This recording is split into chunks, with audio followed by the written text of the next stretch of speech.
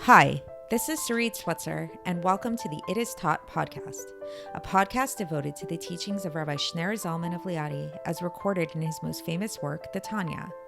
My hope for this show is to make these teachings accessible and relatable to the average person, regardless of prior Jewish education or affiliation. The episodes follow the prescribed daily study portions and are meant to serve as practical lessons in how to live your life as your true self and develop an authentic and powerful relationship with your Creator. I have personally experienced the effects the study of this work has had on me, and I'm excited to share what I can of this knowledge with you. So please join me on this journey of learning, self-growth, and connection with your source.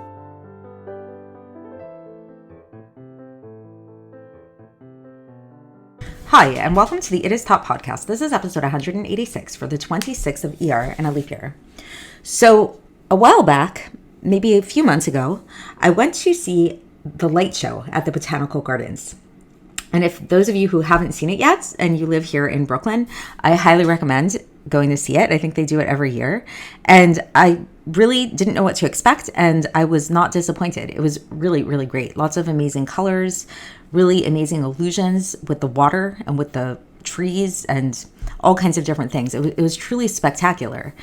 And in preparation for today's episode and studying the Tanya for today, it brought this light show to mind, because what we're going to be talking about today is all about light and all about the idea of light, and how on the one hand, there's something very simple and something very singular about light. Like, light doesn't change at all, but yet the manifestation of that light can be so diverse and so different in so many, and manifest in so many different ways. So going back to the light show, like, that's the thing that's really incredible about it all, is like the movement, the scenery, the action, the show, the performance.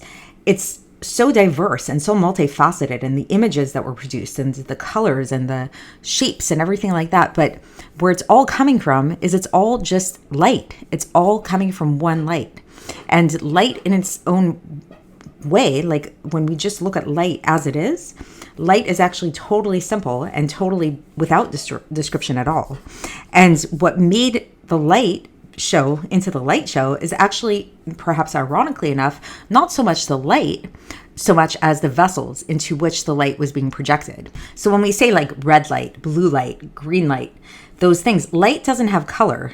So, there's different ways to experiment with how to produce color in light. It's really all about the reflection of what the light is being reflected off of. What's the vessel within which the light is being contained? Prisms work like this, stained glass windows, all of this kind of stuff. And light, as we'll see, is a very big topic in Chassidus. Because as we'll see, light is a very good analogy which can help us understand godliness and understand God's flow in this world. And one thing that comes up often in Chassidus is the contrast between two different types of influence and how God's influence is present here in this world.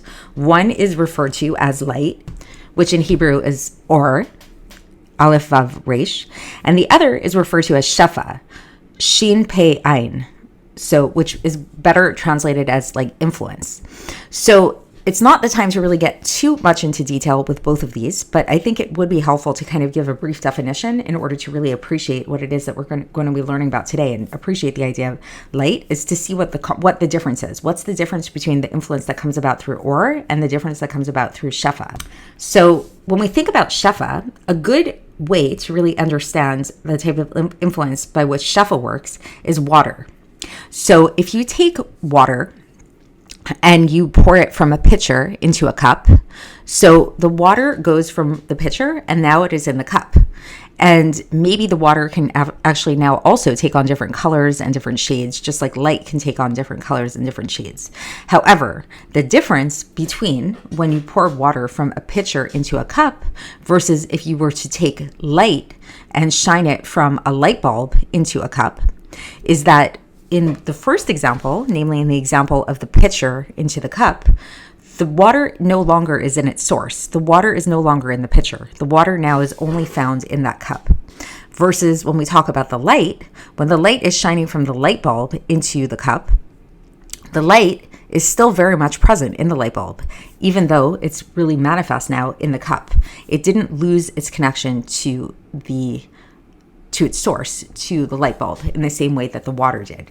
So in Chassidus, the way this is explained is basically that, like, when there's an influence in terms of shefa, then the influencer gets affected by what's happening. There's a change in the influencer to that which is being, when they go about influencing, versus when we're talking about a type of influence that comes about by way of or, by way of light, there's no change in the influencer. And while the influencer can influence in many different ways and in many different facets, in its source, the influence stays the same. And this is why or is such an apt analogy for understanding God, because as we've been studying in the past few episodes, is exactly this point, that while God may manifest himself in many different places here in this world, through many different vehicles and many different channels, ultimately God himself cannot be limited to any one of these things.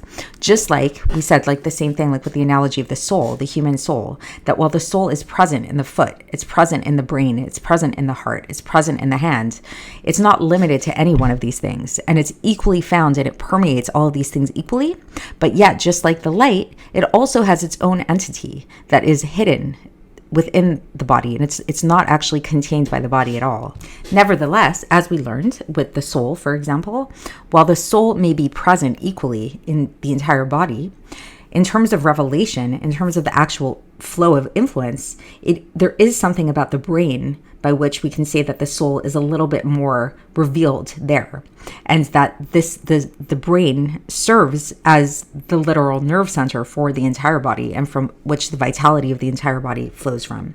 So this can help us understand what we're getting at is the question that we brought up a couple of episodes ago as to how it could be that while God is present everywhere in the world equally to an equal degree, then how is it that there are some places that we call holy? That's some places we say that's where God dwells. And so basically the Alter Rebbe is really giving us the refined technicality of the definition here, that it's not that God is more present in some places than others. In fact, God is equally present everywhere and he's equally hidden everywhere. It's just that there are some places that we can say that God's influence, just like the light, is revealed a little bit more than it is in some other places. So this is what we're going to be touching upon today.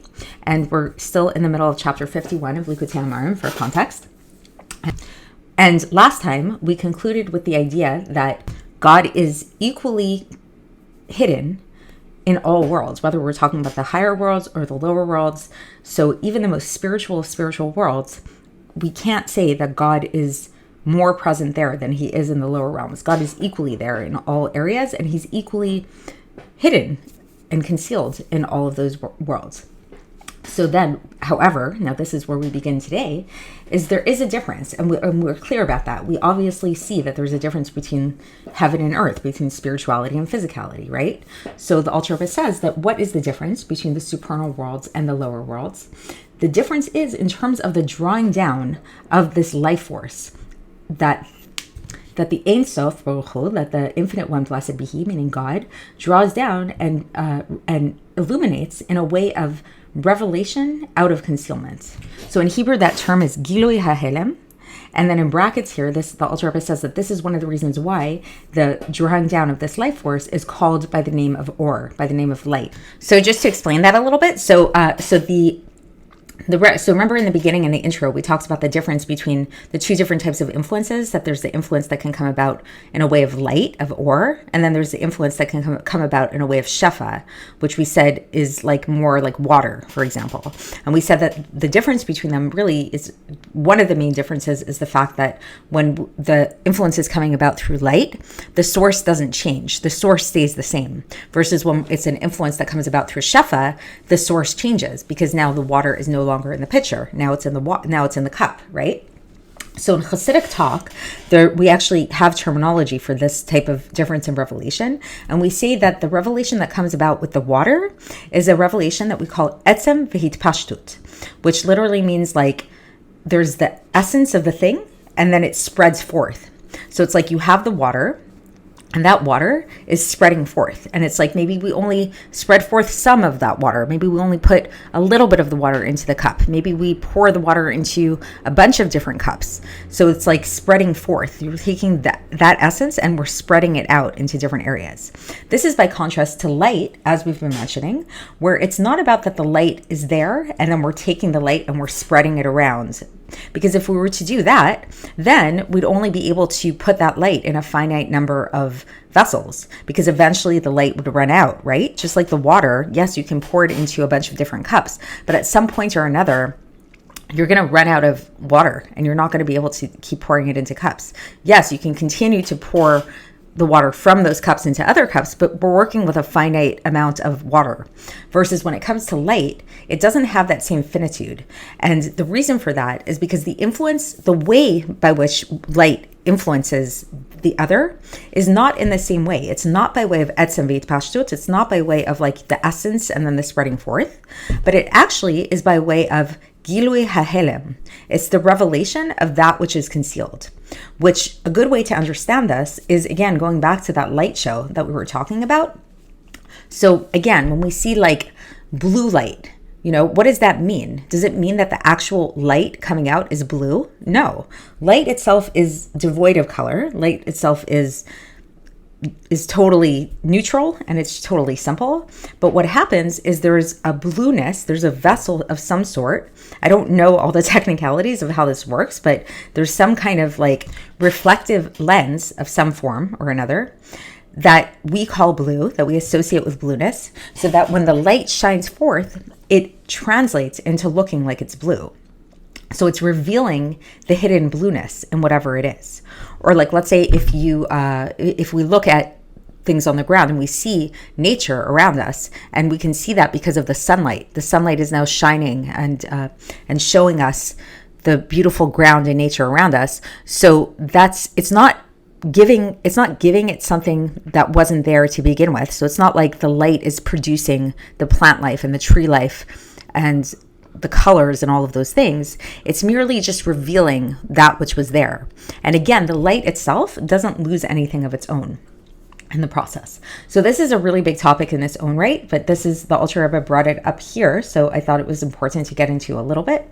So now let's get back into the text. So again, just again, briefly to bring it back in, is that we're talking about this because we're explaining how this is how God operates, and God's influence upon all of his worlds, whether it's the lower worlds or the higher worlds, is in this way of light. It's not like the water where like it goes here and it doesn't go there and it can only be in one place at a time.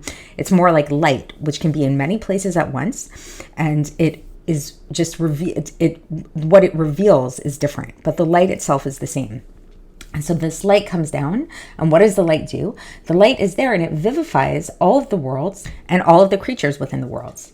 And when we talk about the higher worlds, the more supernal worlds, they receive this light in a way that's a little bit more revealed than the lower worlds.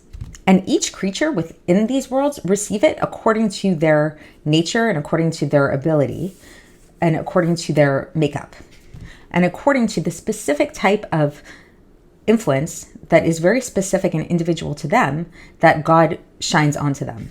And the lower realms, by contrast, even the more spiritual lower realms, receive this revelation, but it's covered up in a lot of different vestments, a lot of different clothing, through which God, what does he do with this clothing, these vestments, is he enclose this vitality and the light that he shines down and radiates to these creatures in order to vivify them.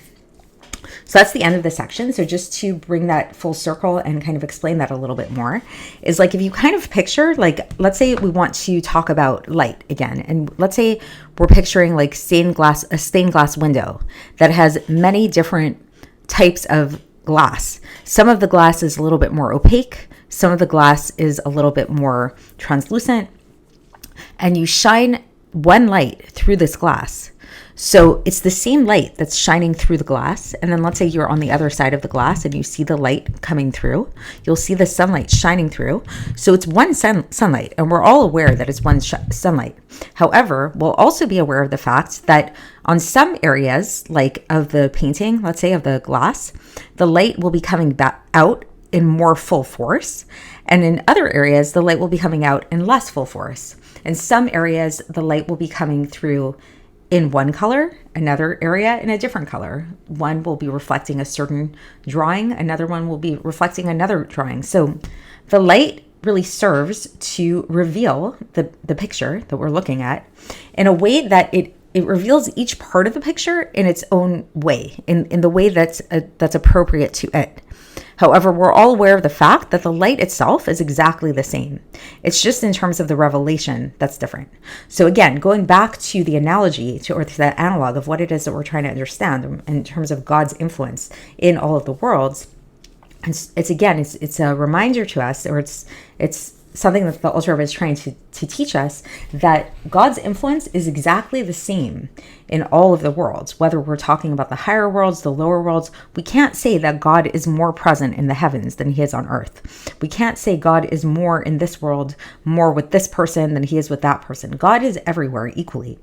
What is true is that the revelation of this influence is different in different worlds, and each one according to its ability, according to its capacity, according to what is appropriate for it. So that's it for today, and we'll continue along these lines tomorrow, and I will speak to you then. Thanks for listening to the It Is Taught podcast, hosted by Sarit Switzer. This podcast is dedicated in loving memory of my maternal grandfather, Avraham Yitzchak ben Binyamin HaKohen of blessed memory. Music by Shoshana. If you enjoyed this episode and would like to support the show, please share it with others and subscribe on YouTube, Apple iTunes, Spotify, or wherever you listen to podcasts. And make sure to leave us a 5-star review. To find out more about the It Is Taught project, including more information on my soon-to-be published book, please visit our website, itistaught.com. To catch the latest from me, follow me on Facebook, Instagram, and Twitter. Looking forward to speaking with you tomorrow, and until then, have a great day.